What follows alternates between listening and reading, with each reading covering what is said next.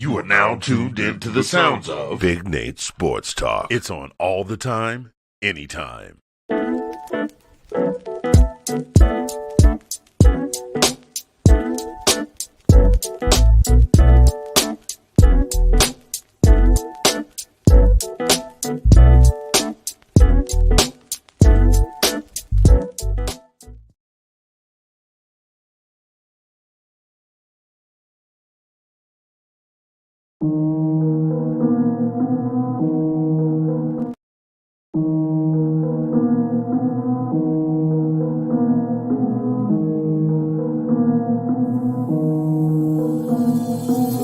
Yeah, what's up with it? Do it cause I love it and I stuck with it. We ain't with the subbing in the cut with it. Please none of the talks, I heard enough of it. Like, what you gonna do? Where you at? Who you with? You ain't really bout this, don't talk about it. Really on the move, on the map, never slip. Keep your hands to your lips, don't talk about it. Real eyes, real lies all the time. Stand on it, if we said it, we don't walk around it. Loose lips, ink shifts, red cup, blue strips, new phone, who this? No, we don't allow it. Really on go, I don't know what's an off day. Now we on road, came from smoking in the hallway. Now we got shows, boys feeling like Broadway. Always look both ways, even on a crossway. Driving down Cross Bay, out town Barclays. Really on big things, came up a small way. Championship rings, baby, that's a ball game. Oh, she want a little bag, baby, that's small change. Yeah, that money talk. If we ain't cool, then cut me off. You are now tuned in to Big Nate Sports Talk, the show that's on all the time, anytime. Be sure to like, comment, and subscribe for all content. And now, ladies and gentlemen, your host, Nathan Snell. Bring your sports game with Big Nate Sports Talk.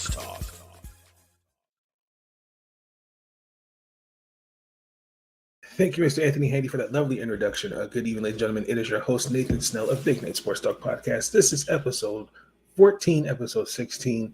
In this episode, we are previewing the men's Final Four. But before we get into that, there's a few things I'd like to say up front. Over the next few weeks, you'll see some cosmetic changes to Big Nate Sports Talk Podcast.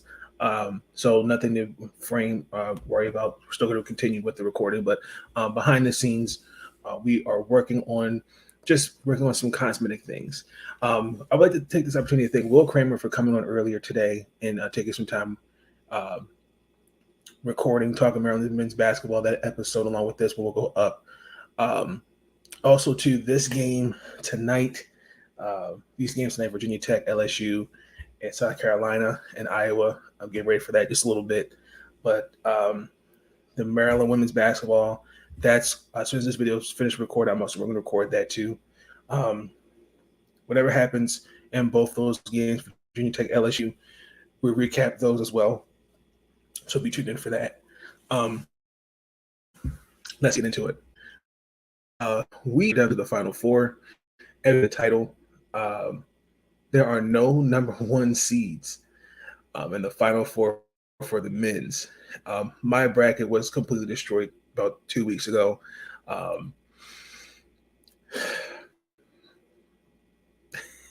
If you'd have asked me, I was surprised. UConn, I actually had them going into the Final Four in one bracket. Miami had them sticking to about the Sweet 16. Florida Atlantic, and San Diego State, I didn't have them go past in round 32. But here we are. We're going to start with San Diego State, Florida Atlantic, excuse me. I apologize. I cannot speak how long it is. To me, coming into this game, well, one thing you kind of look at is this, for me, this was just like I didn't neither of these two teams to get to this far. What I like about San Diego State is that for me, they missed out on making the tournament back in 2020 because of this pandemic. And I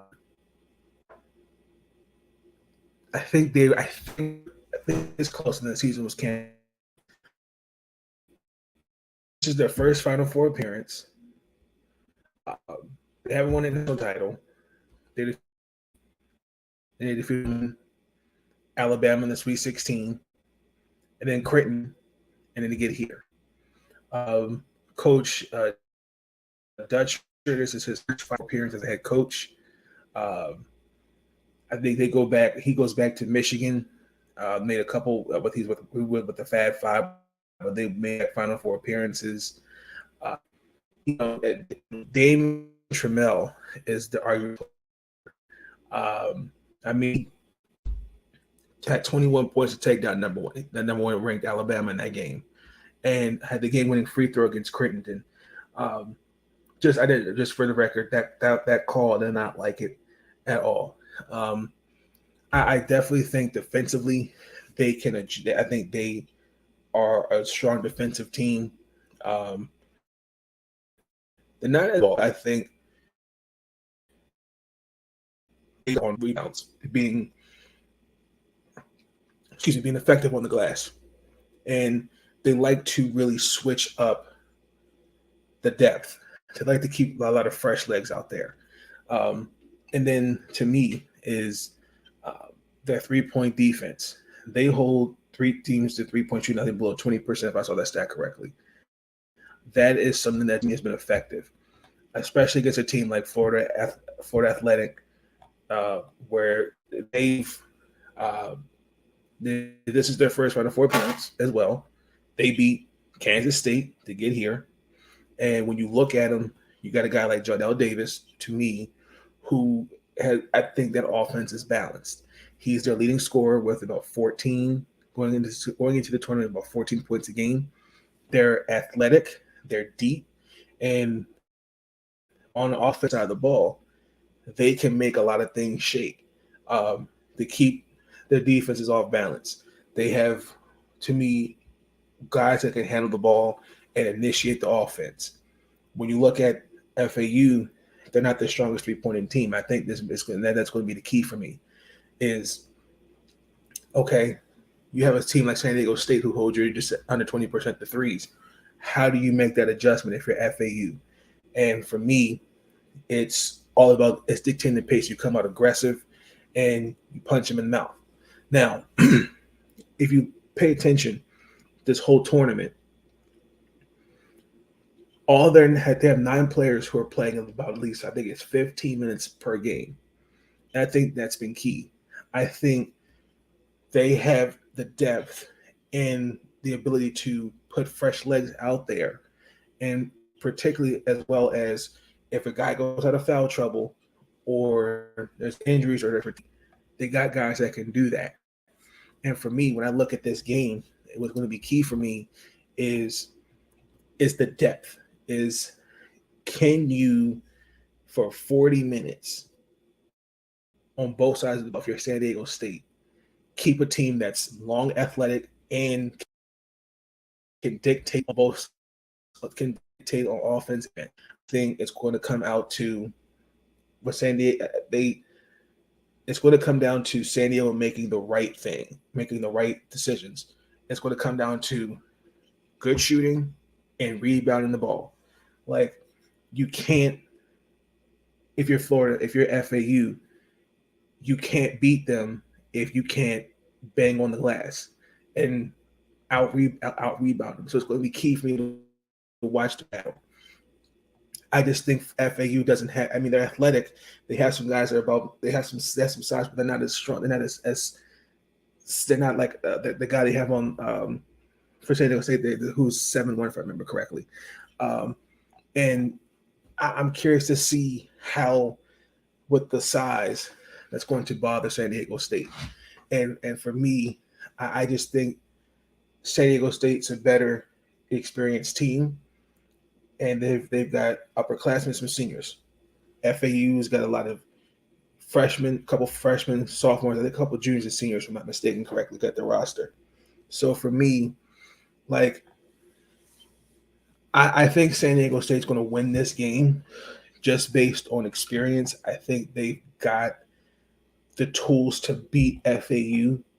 I just think that it's going to come down to rebounding, shooting the ball, and dictating pace on offense and defense. And it's going to come down to see how in the first half the adjustments. If if you can find a way, if you're San Diego State,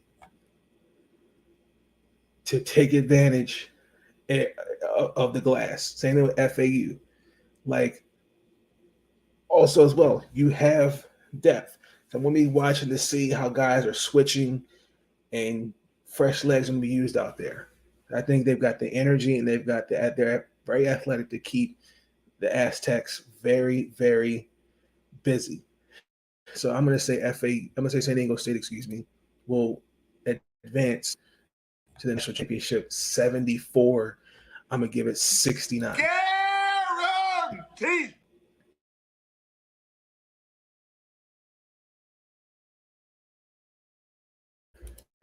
When you look at the next thing, number 5 Miami versus number 4 on.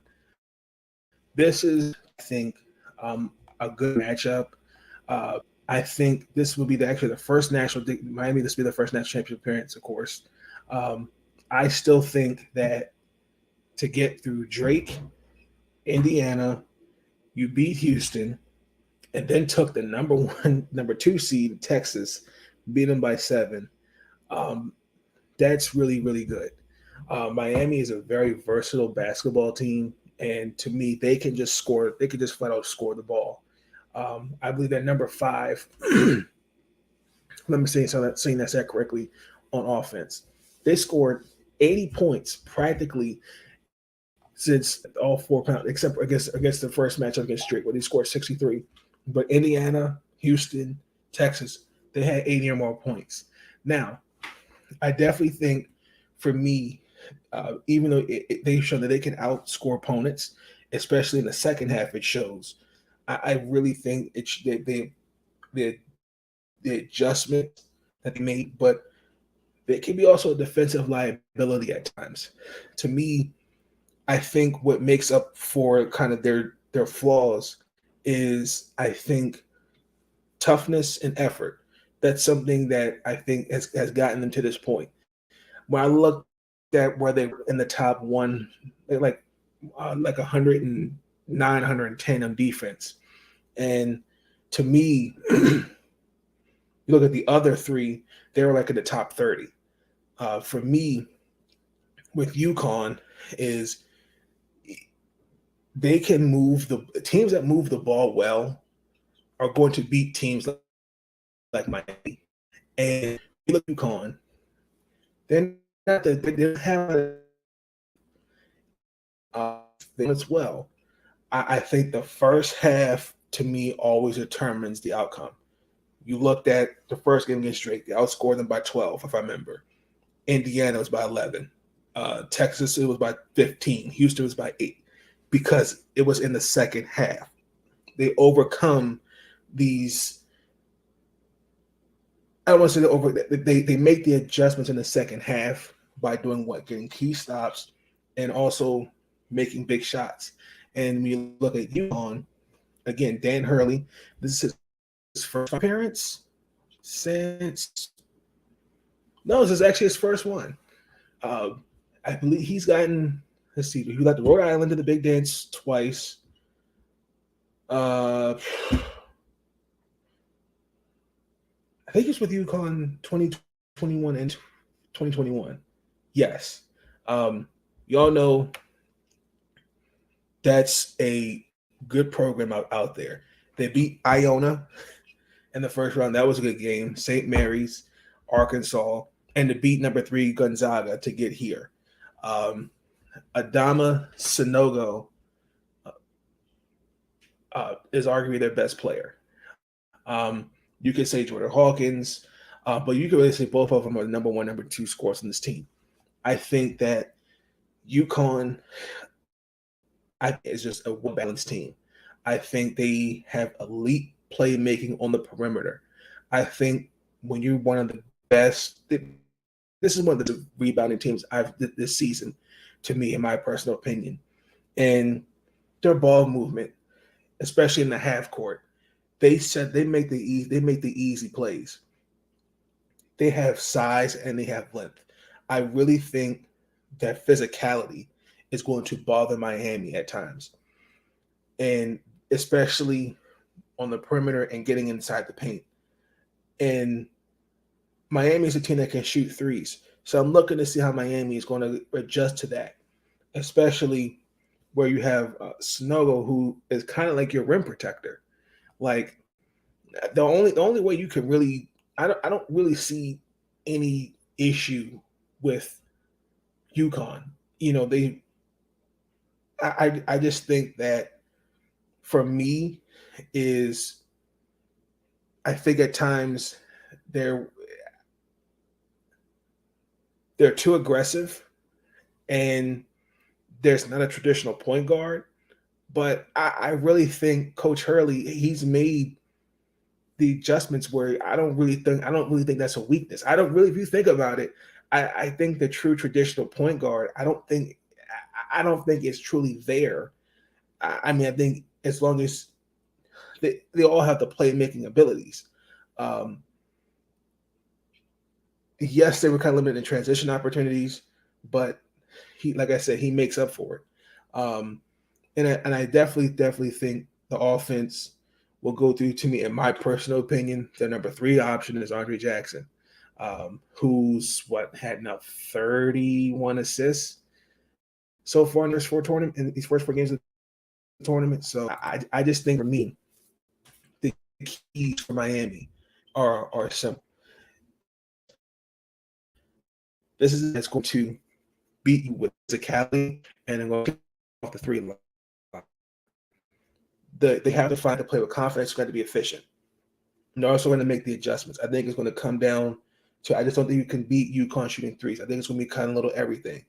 I think in the Gonzaga game, there were some things that I liked. But I really think is Coach Hurley's going to come out aggressive, and Miami has to make the adjustments. Now, and my concern is the depth that Miami has. Now, for UConn, they don't have the first 4 opponents. Look, I can't defend that. I think they've beaten them. I think it's almost about 25 points. That's going to that's just impressive. The biggest thing for me, the X factor, is the size. This is a guard. They just have size. I think Miami can't beat, and I think if you take advantage of particularly in the paint and in the rebounds, I think that's going to be the way to beat a team like Miami. I think it's going to come down also to fouls and get to the free throw line. Now, I really think that both teams can hit free throws, but it's going to come down to defense. It's going to come down to adjustments. I'm just seeing the second half how things will look. So I'm going to say number 4 UConn advances to the national championship. I'm going to give it a score of 85-79. Guaranteed. With that being said, ladies and gentlemen, let's go into the last part of Big Nate Sports Talk. Incoming message. Thoughts are running through my mind. Someone took some time to find a minute or two to organize them. Final message. This has arguably been probably one of the best March Madnesses I've ever seen. I'm a little disappointed that no 4 number 1 seeds got there, but I think it is all to show that number 1, I think it was a couple years ago, Virginia, didn't have DeAndre Hunter 1 year, if I remember correctly, and the next year they won the national championship. So it would not surprise me next year if a number 1 seed wins the national championship. This has been fun. I've really been enjoying this for the men and women's. I'm really stoked to see kind of how for both, especially for tonight's game, which is going to start in about an hour or so. I'm curious to see where that looks like. But this has been fun. March Madness to me is always the month of surprises. And for the men's side, we've got a lot of surprises. And for the women, we've gotten some surprises. So this is March Madness. And that's going to conclude the episode. Thank you for tuning in. Excuse me, ladies and gentlemen. Please be sure to like, comment, subscribe. Let me know your thoughts on the game against FAU and my FAU and Miami, UConn, and San Diego State. Who you think's going to win? Who you see going to the national championship? But for now, I'm going to sign off. I'm going to get ready for these games. The LSU and Virginia Tech game is going to be on in just a little bit, so I'm going to get ready for that game.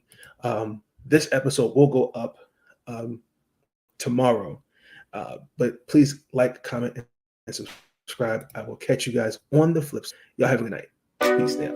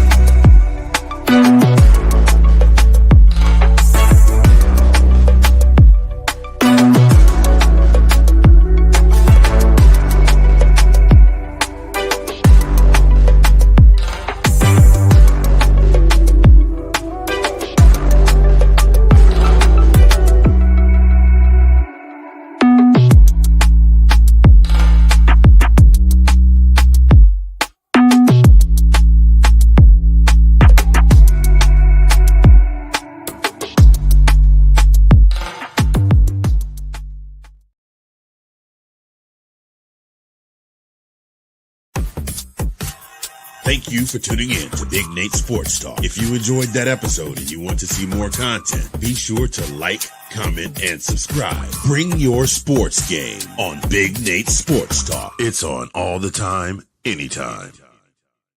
I wanna thank you. I wanna thank you, yeah. I wanna thank you. Ooh.